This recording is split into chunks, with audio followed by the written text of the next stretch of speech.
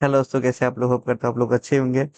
तो मैं आज फिर से आप लोगों के लिए वैकेंसी लेके आ गया हूँ, जो कि HAL हिंदुस्तान एरोनॉटिक लिमिटेड, जो कि जितने भी फाइटर जेट्स हैं उन लोगों के भी, उसके भी पार्ट्स बनाते हैं। इसरो के लिए भी बहुत सारी जो है वो स्ट्रक्चर्स होते हैं वो बनाते हैं। HAL जो है ना, बहुत ही हेलीकॉप्टर्स भी HAL ही बनाते हैं। जितने भी जहाज वहाज रहते हैं ना, उन सबका जो स्ट्रक्चर रहता है वही, बहुत सारे इक्विपमेंट वही डिजाइन करते हैं, वही बनाते हैं।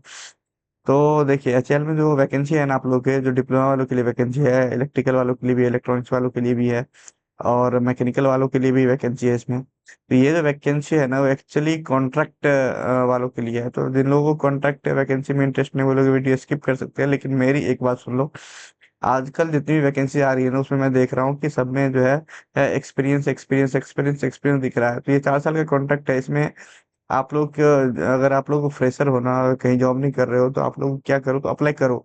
अप्लाई करो और 4 साल इसमें काम करो। 4 साल में अगर HAL आपको इतनी जानकारी दे देगी ना, HAL उसके बाद 4 साल के बाद कोई भी कंपनी आप लोग अगर ज्वाइन करते हो, चाहे वो प्राइवेट हो चाहे वो आप लोग गवर्नमेंट में करते हो कोई, तो आप लोगों को एक्सपीरियंस की जो है ना, बहुत ज्यादा वैल्यू है, बहुत ज्यादा डिमांड है इंडस्ट्री में एक्सपीरियंस का, एक्सपीरियंस को।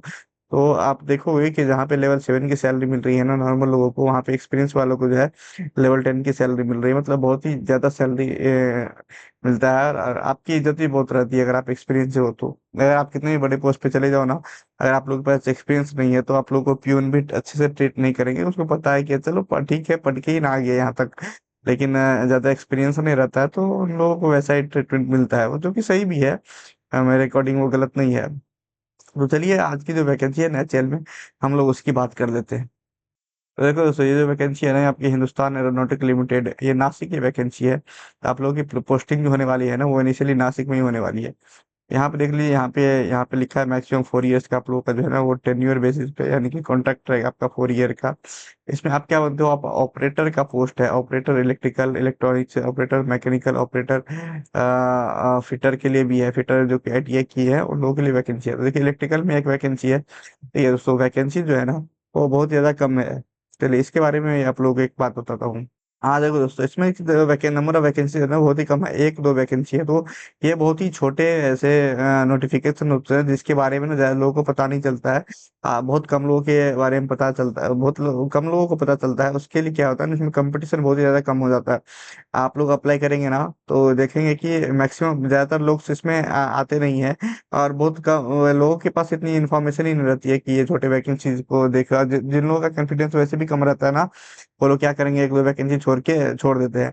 लेकिन मैं बोलता हूँ ना, अगर सब ऐसे ही छोड़ देंगे तो फिर तो वैकेंसी खाली रह जाएगी। इसलिए आप छोड़ो मत, डेफिनेटली आप अप्लाई करो। आपका जो है कुछ एप्लीकेशन फी का ही लॉस है, लेकिन आपको जो एग्जाम देके जो एक्सपीरियंस ग्रैब करेंगे ना आप लोग, वो फार बेटर देन किसी दूसरे एक्सपीरियंस से होगा। तो इसलिए मैं बोल रहा हूँ कि कम वैकेंसी भी है, फिर भी अप्लाई करो। और कम, मेरे अकॉर्डिंग तो कम वैकेंसीज रहते हैं, तो उसमें सिलेक्शन के चांसेस जो है वो बढ़ जाते हैं। तो चलिए, चलते हैं अपने नोटिफिकेशंस के ऊपर। वहाँ उसको देख लीजिए, यहाँ पे इलेक्ट्रिकल की जो है वो एक वैकेंसी है, और इलेक्ट्रॉनिक्स की 2 वैकेंसी, मैकेनिकल की 4 वैकेंसी है। उसके बाद फिटर में एक वैकेंसी है, नर्स की भी 3 वैकेंसी है। इसमें आप लोग यहाँ पे देख सकते हैं कि आप लोगों का जो एजुकेशन क्वालिफिकेशन है ना, वो क्या रहने वाला है। तो इलेक्ट्रिकल वालों के लिए जिन लोगों ने डिप्लोमा इलेक्ट्रिकल में कर रखा है, इलेक्ट्रॉनिक्स के लिए जिन लोगों ने डिप्लोमा जो है ना इलेक्ट्रॉनिक्स या इलेक्ट्रॉनिक्स टेलीकम्युनिकेशन या इलेक्ट्रॉनिक्स एंड कम्युनिकेशन किया, वो लोग भी अप्लाई कर सकते हैं। मैकेनिकल वालों के लिए डिप्लोमा मैकेनिकल में होना चाहिए। फिटर के लिए ITI और 10th जो है ना, IT 10th और उसके बाद ITI जो है, आप लोगों का फिटर ट्रेड में होना चाहिए, तभी आप लोग अप्लाई कर सकते हैं। यहाँ पे देखिए, मिनिमम परसेंटेज जो है आप लोगों के इतने परसेंटेज होने चाहिए। आपके जो है ना एग्जामिनेशन, ये डिप्लोमा है आपके पास, ITI है जो कि एसेंशियल क्वालिफिकेशन है, उसमें इतना परसेंट मार्क्स आपके होने ही चाहिए, तभी आप लोग अप्लाई कर सकते हैं। उसके बाद देख लीजिए, यहाँ पे जो डेट सारे कैलकुलेट होंगे ना, वो 10th ऑफ दिसंबर 2025 से कैलकुलेट होंगे। तो आप लोग का मैक्सिमम एज जो है 28 ईयर्स है। और SC ST वालों को 5 इयर्स का रिलैक्सेशन भी दिया गया है। उसके बाद यहाँ पे देख लीजिए, यहाँ पे आप लोगों का जो है ना डिप्लोमा वालों के लिए जो है ऑपरेटर की वैकेंसी, उसमें D6 की सैलरी दी जाएगी। आपका बेसिक पे 23,000 रहेगा। और जो ITI के फिटर वाले हैं ना, उन लोगों को C5 की सैलरी दी जाएगी। आप लोगों का बेसिक पे जो है ना 22,000 रहेगा इनिशियली। और इस पे ये सिर्फ बेसिक पे है, इसमें बहुत सारे आप लोगों को जो है ना DA पर्क्स, जो कि 25% बेसिक पे मिलेगा। DNS अलग से DA होता है, जो कि आप लोगों का बेसिक पे का भी लगभग PSU में 50% चल रहा है। उसके बाद आप लोगों को canteen allowance, washing allowance, magazine allowance, आप लोगों को बहुत सारे अलाउंस मिलते हैं। तो ये आपका 23,000 जो है ना, वो आपका 40,000 के अप्रोक्स हो जाएगा। तो आप लोगों को सैलरी ठीक ठाक मिल जाएगी। बहुत अच्छा नहीं कहूंगा, बहुत बुरा भी नहीं कहूंगा, ठीक है। काफी अच्छी ठीक ठाक सैलरी है मतलब। एंगेजमेंट आप लोगों का 4 ईयर रहेगा, वो मैंने पहले डिस्कस कर लिया। उसके बाद आप लोगों का जो है ना इनिशियल पोस्टिंग जो है ना नासिक डिवीजन में ही होगा।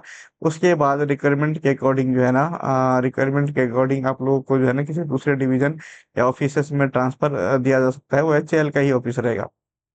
उसके बाद उसके बाद देखिए रिटर्न टेस्ट जो है ना आप लोगों का नासिक में ही होगा।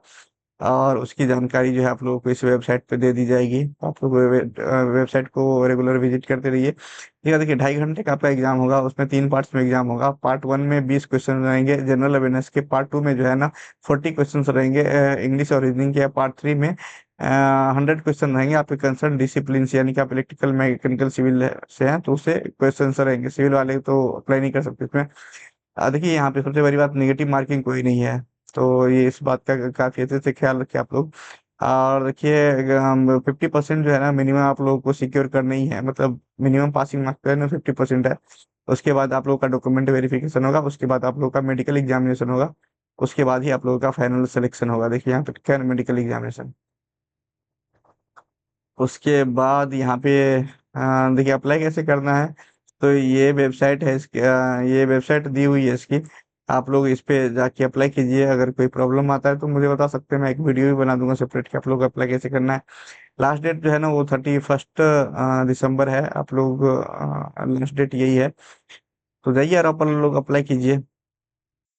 तो इस वीडियो में HCL के रिगार्डिंग हम लोगों ने सब के जो भी इंपॉर्टेंट चीज थे वो डिस्कस कर लिए। कोई भी प्रॉब्लम आती है तो आप लोग कमेंट कर सकते हैं। मिलते हैं किसी और वीडियो में, तो तक के लिए बाय बाय।